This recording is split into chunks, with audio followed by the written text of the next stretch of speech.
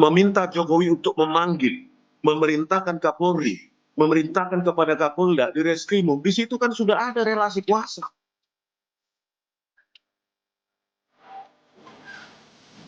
Pak Jokowi tidak penting bahwa harus ada perkataan maaf, tidak. Datang selesai, inilah namanya diplomasi tingkat tinggi. Pertemuan Egy Sujana Damai Hari Lubis dengan Jokowi tanggal 8 Januari lalu hingga berbuah penghentian kasus keduanya masih menimbulkan perdebatan. Apalagi belakangan muncul tudingan jika dalam pertemuan di rumah Jokowi kala itu turut dihadiri penyidik dan Dirkrimum dari Polda Metro Jaya. Hal inilah yang membuat kubu Roy Suryo yakin jika dikeluarkannya SP3 untuk Egy dan Damai Lubis karena pengaruh Jokowi yang masih kuat. Ya, Bang Egy meminta kepada terlapor ya untuk memerintahkan Kapolri, Kapolda dan di Reskrimum dan langsung dipanggil oleh ajudannya Kompol Syarif. Di situ indikasi yang sangat kuat bahwa ini kriminalisasi. Bagaimana mungkin terlapor warga biasa bisa memerintah Kapolri, Kapolda di Reskrimum? Di mana logikanya terlapor memerintah? Berarti ada indikasi bahwa ya penyerahan berkas kami ke kejaksaan juga atas perintah terlapor. Yang sehingga terburu-buru tanpa memeriksa ahli kami, ini pasal 12 tahun loh, 8 tahun. Perintah begini. Pasal 32 dan 35. Tunggu bentar Bang. Pasal 32 dan 35 diterapkan secara main-main dan sepihak, dan saya kira itu indikasi yang kuat pengaruh dari terlapor untuk secepatnya menangkap kami. Tudingan Rismon ini dibantah relawan Jokowi Rasman Nasution.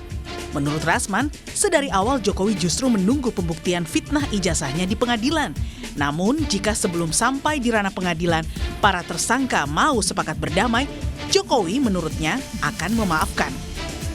Jangan terlalu lebay ya. Jadi orang Pak Rismon, Roy, Tifa itu dibuat klaster 2 itu karena memang dilihat ada pasal-pasal yang memang mereka lakukan. Nah, jadi kalau dikatakan ini upaya menghindari pengadilan, kan kita dari awal bilang bahwa Pak Jokowi itu justru menunggu di pengadilan.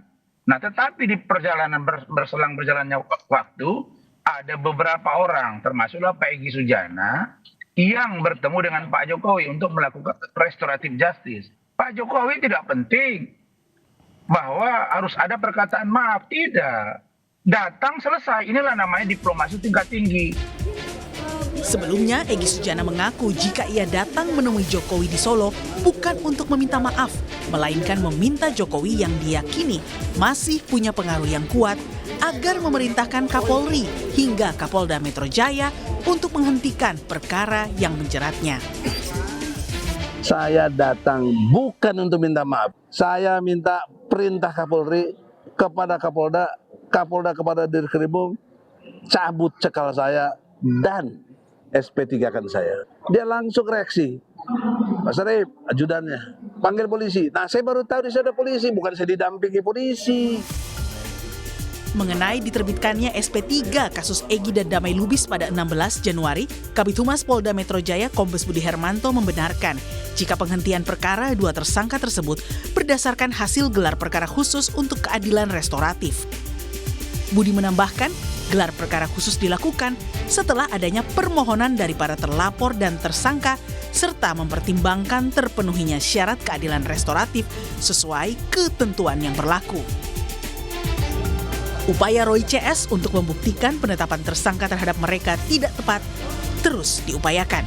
Terbaru, Roy CS membawa 3 saksi ahli yang meringankan ke Polda Metro Jaya.